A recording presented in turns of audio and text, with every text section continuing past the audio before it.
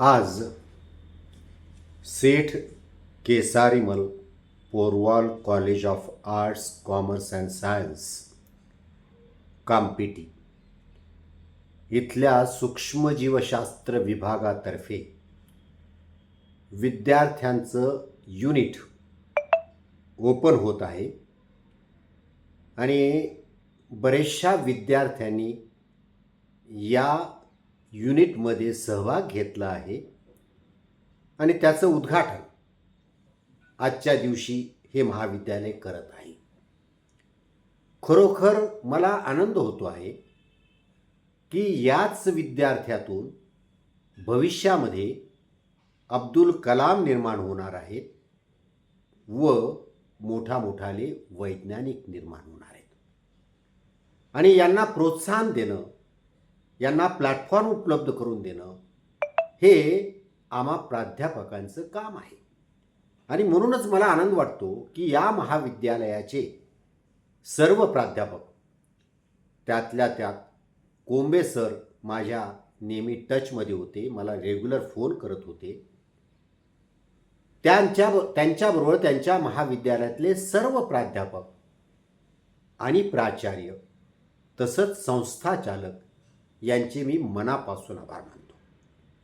आणि आज या निमित्ताने त्यांनी फर्मेंटेड फूडवर एक प्रदर्शन भरवलं आहे, ज्यामुळे विद्यार्थ्यांना मायक्रोबायोलॉजी आणि बायोटेक्नॉलॉजी या विषयात गोडी निर्माण होईल. आणि नागपूरच्याच एक प्राध्यापिका डॉक्टर वैशाली पिंपळे या मायक्रोबायोलॉजी सोसायटी महाराष्ट्र युनिटच्या कोऑर्डिनेटर म्हणून, समन्वयक म्हणून नागपूरमध्ये काम करत आहे. आणि त्यांचं समन्वय अत्यंत चांगल्या पद्धतीनं आहे. त्यांना आज प्रमुख पाहुणा म्हणून या कार्यक्रमासाठी बोलावलं आहे. हे सर्व प्राध्यापक आणि पिंपळे मॅडम इतकंच नाही तर मी स्वतः या विषयाचे सेवक आहोत. या विषयाकडे सेवा म्हणून या विद्यार्थ्यांची सेवा करायची या उद्देशानं आम्ही या वेगवेगळ्या गोष्टी करत असतो. तर मायक्रोबायोलॉजिस्ट सोसायटी इंडियाचा प्रेसिडेंट म्हणून या गोष्टीबद्दल, या कार्यक्रमाबद्दल मला आनंद तर होतोच आहे, परंतु सर्व विद्यार्थ्यांना आणि सर्व प्राध्यापकांना मी शुभेच्छा देऊ इच्छितो.